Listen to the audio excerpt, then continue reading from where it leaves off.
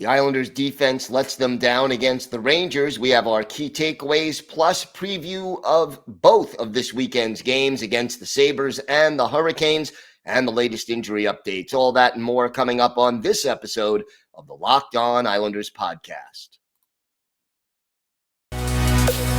Your Locked On Islanders, your daily podcast on the New York Islanders. Part of the Locked On Podcast Network, your team every day.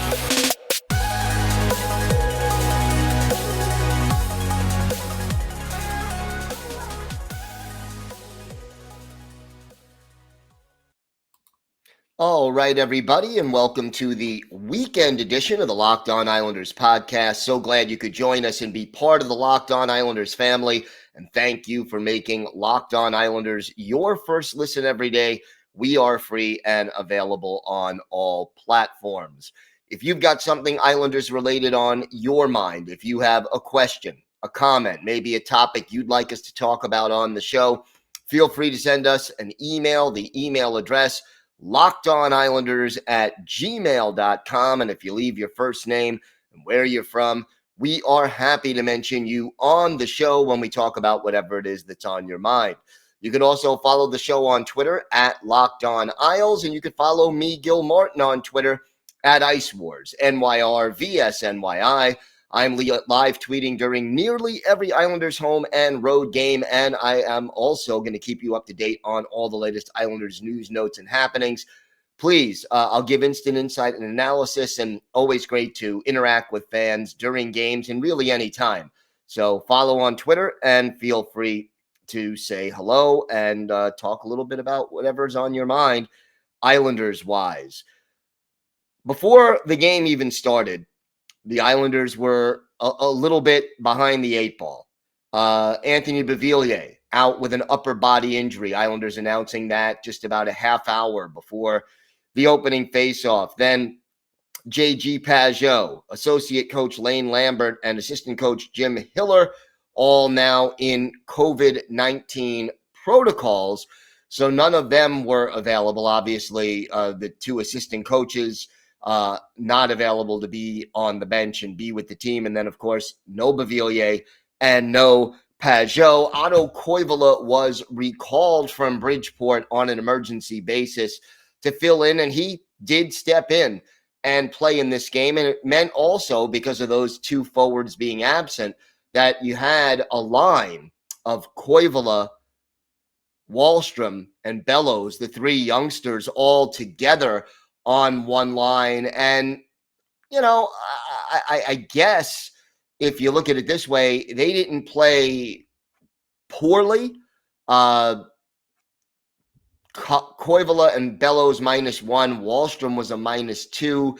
They didn't really create a lot of offense, although Bellows did have 4 shots on goal. None of them figured in the scoring. But interesting move. You know, you got to figure that Koivula, Bellows, and Wahlstrom, between training camps, some of the time they spent at Bridgeport together, they would be more familiar with each other. So it was an interesting idea, at least, to put them out on the ice as a unit. The problem is that, again, this line got less ice time than any of the other forward lines. Weren't a lot of highlights in this game. The biggest, Brock Nelson, scored twice. He now has 36 goals, and his chances of reaching that magic 40-goal mark are still there. And it would be great for Brock Nelson to reach that mark. But here's the bottom line. The New York Islanders are a defense-first team, and they just played poorly on defense. And you look at the shots on goal, and yeah, the Islanders outshot the Rangers 29-23. And you look at it and you say, okay, 23 shots on goal, that's not a lot. And you sort of figure that maybe Semyon Varlamov, who got the start, played poorly. No, can't blame Varley, even though his save percentage was just .739 in this game. You look at where those goals came from. 5 of the 6 goals were from very close to the goal, and on odd man rushes, a few of them, you had situations where, Zdeno Chara turned the puck over on one goal. Noah Dobson didn't pick up his man coming back on another. Just so many bad defensive plays. Another one by Sebastian Aho, although he wasn't the only offender on that play.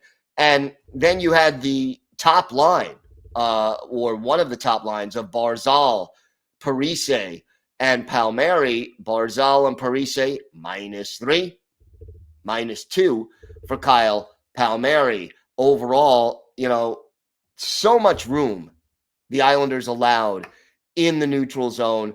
How many times did the Islanders go for a pinch or turn the puck over in the neutral zone, or even at their own at the attacking blue line, and then odd man rush the other way? The New York Rangers, nobody among Islander fans really likes them, but this year they happen to be a very good hockey team, and they're fast and they're skilled. And look, hat trick for Andrew Kopp before the first period was over.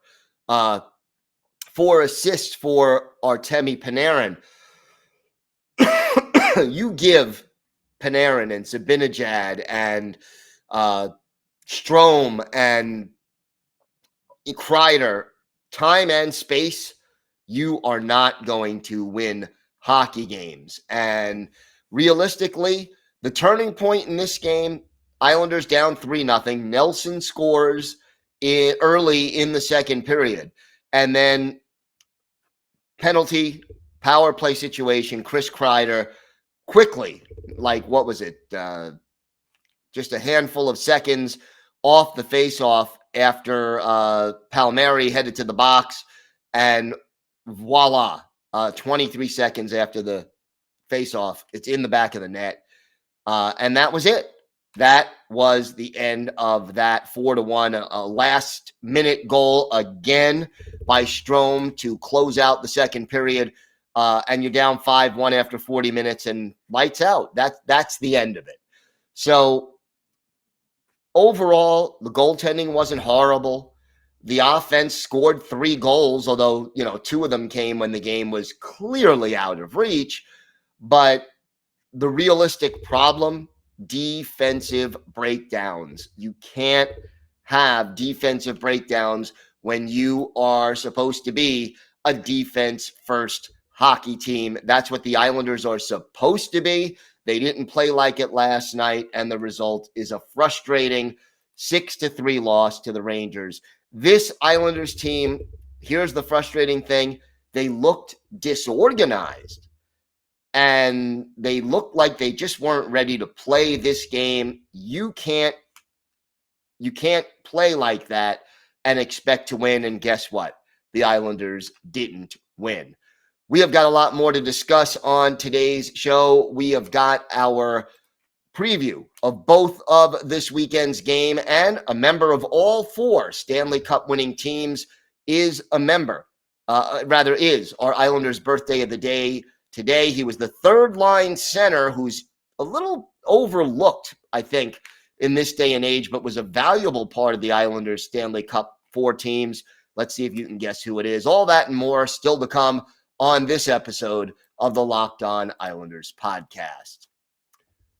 Today's episode is brought to you by Built Bar. Have you tried the Built Bar Puffs? Well, if you haven't, you're missing out on one of Built Bar's best-tasting bars. Puffs are the first ever protein-infused marshmallow. They're fluffy, they're marshmallowy. They're not just a protein bar, they're a treat. And like all Built Bars, they're covered in 100% real chocolate. Puffs are a fan favorite with some incredible flavors like yummy cinnamony churro, coconut marshmallow, and my personal favorite, banana cream pie. These are so good, they're going to be your new favorite. And look, most Built Bars contain just 130 calories, only 4 grams of sugar and 4 net carbs, but they pack 17 grams of protein. Compare that to a candy bar. You'll get 240 calories, 30 grams of sugar, and dozens of net carbs. At Built Bar, they're all about the taste. They make it taste delicious first, then figure out how to make it healthy. And I don't know how, but they pull it off every time. Go to Built.com and use promo code LOCK15 to get 15% off your order. That's promo code LOCK15 for 15% off at Built.com. 5 games now left on the schedule for the New York Islanders. And I guess, you look at the standings and you what is left to play for? And there are still some things left. The Islanders can still play spoiler. They've got Carolina, they've got Washington twice, and Tampa Bay. All teams that are fighting for either a division title or playoff seeding or positioning, home ice advantage. So 4 out of the 5 games not going to be easy, and the Islanders will have to play pretty well in order to win them. But the other thing is this. You look at the standings right now, the Islanders have 80 points. Well, they need 2 more points to finish 500 for the season, NHL 500, and 3 more points to have a winning season or by at least NHL 500 standards. So I think they at least want to be able to accomplish that. Now, 2 games of the 5 are this weekend. Saturday at 12:30 in the afternoon, the Islanders will be in Buffalo to take on the Sabres. And Buffalo's been playing well lately. 3 straight wins, granted over New Jersey and 2 against Philly, so it hasn't been against the toughest of competitions. But Buffalo, 3 straight wins, and winning also, 4 out of their last 5. And, the Sabres, kind of one of those teams that has nothing to lose and is a little bit hungry. They've struggled all year round.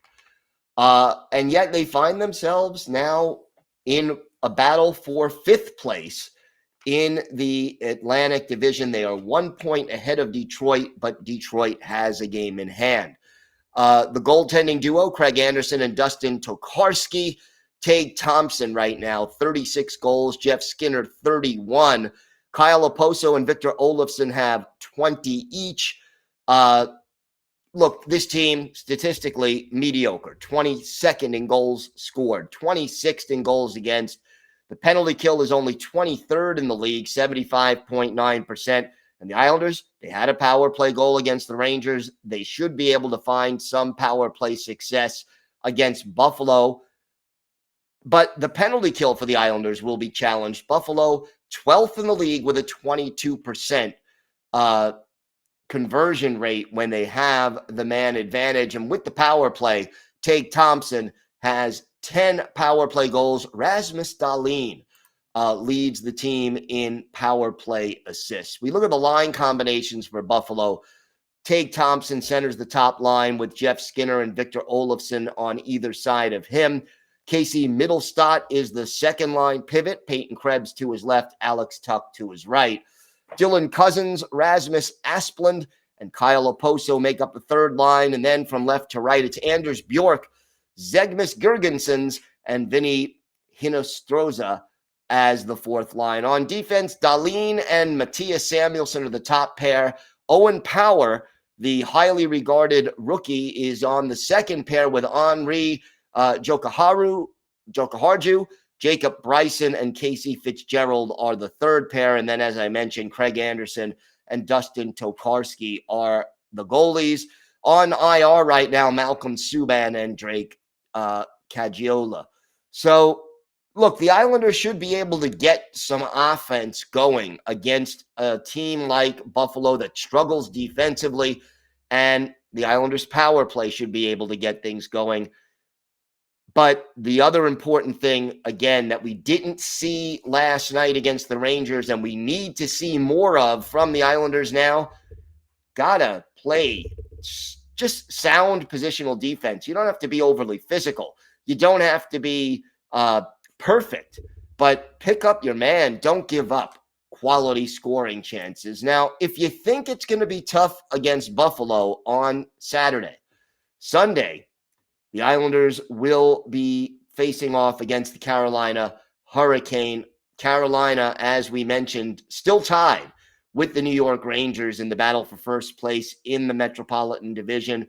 And look, just like the Islanders, Carolina will be coming off a back-to-back. They'll be in New Jersey on Saturday. At the same time, the Islanders will be in Buffalo. Then they'll be visiting the Islanders. That's a 1 o'clock Eastern time start in the afternoon on Sunday. Carolina, 9th in the league in goals scored. Best team in the league defensively. Also number 1 in the league on the penalty kill. 10th on the power play. So top 10 in goals scored, number 1 in goals against, top 10 on the power play, number 1 on the PK. Frederik Andersen, the goalie, just playing outstanding hockey this year. And he is now 35, 14, and 3 on the year with a 217 goals against average and a 922 save percentage. Antti Ranta is his backup. Sebastian Aho, no relation to the Islanders' Sebastian Aho, leads the team with 36 goals and 77 points. Teuvo Teravainen has 41 assists, which ties him with Aho for the team league. And Andrei Svechnikov, also a 30-goal scorer. He has 67 points on the year.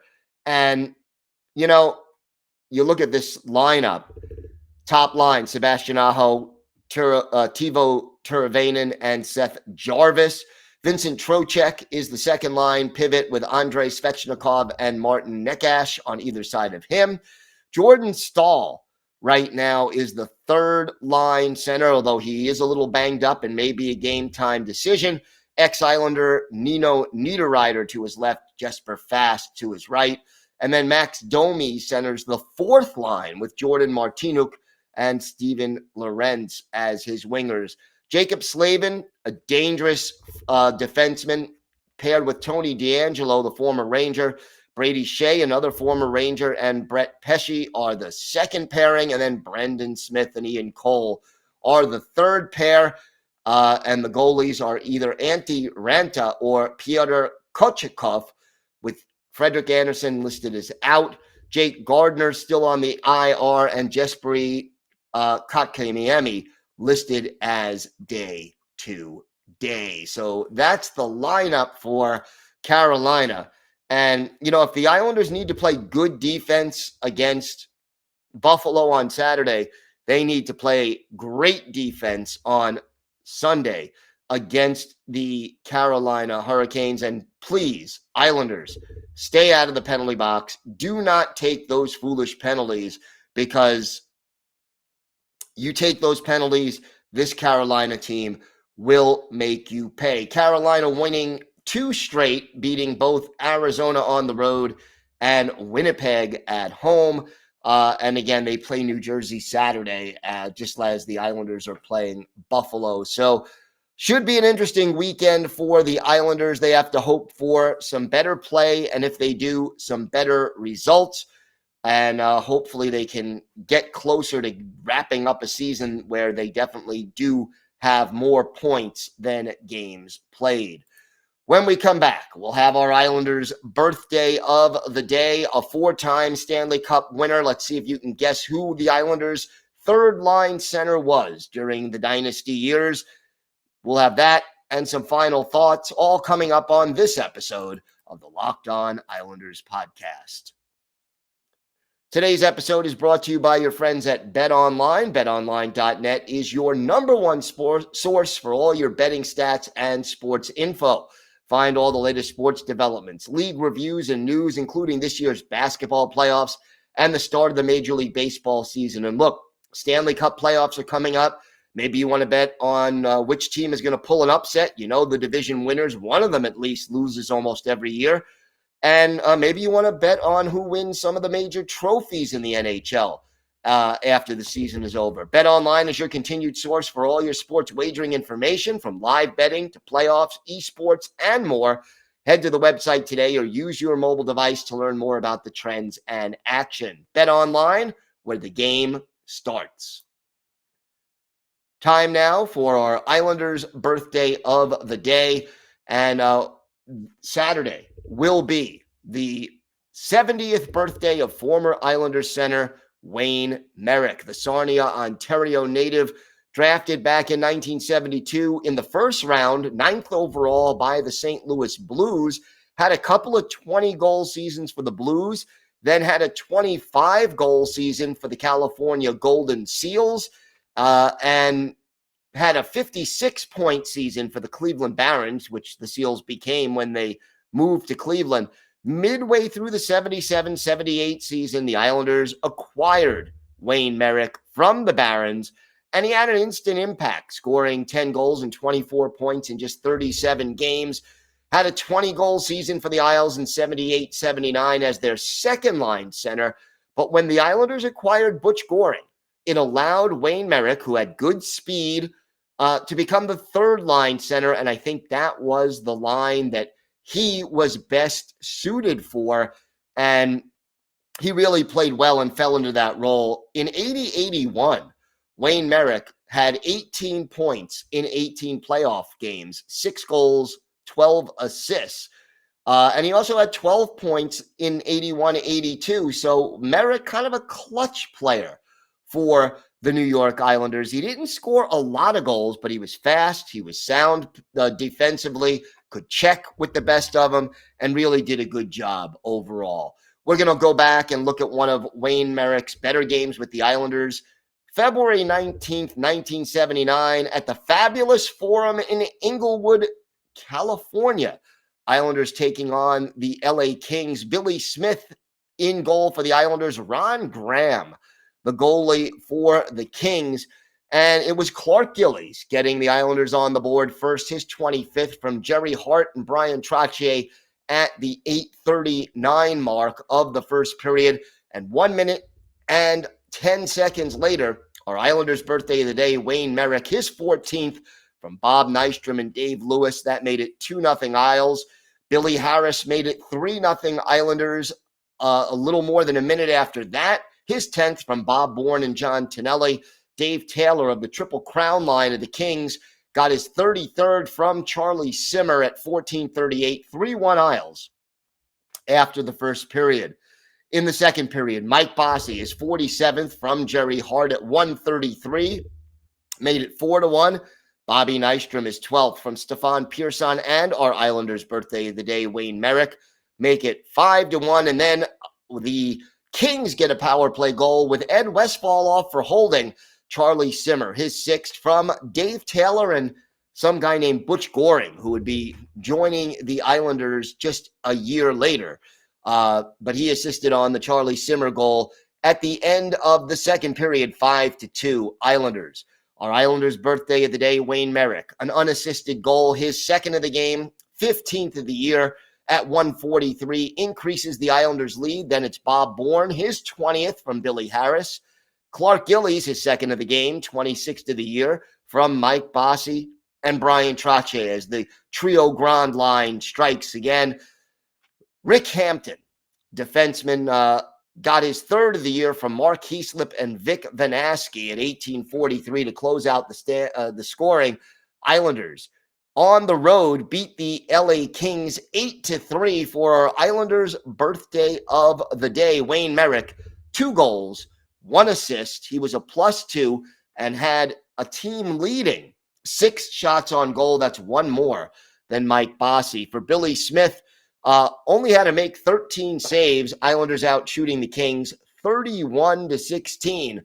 And I'll tell you, that Triple Crown line, Marcel Dion, the 3rd member of that Triple Crown line, Kings could put the puck in the net back then, and to hold that team to 16 shots on goal, pretty impressive. So that was a 3-point night for Wayne Merrick, 2 goals and an assist.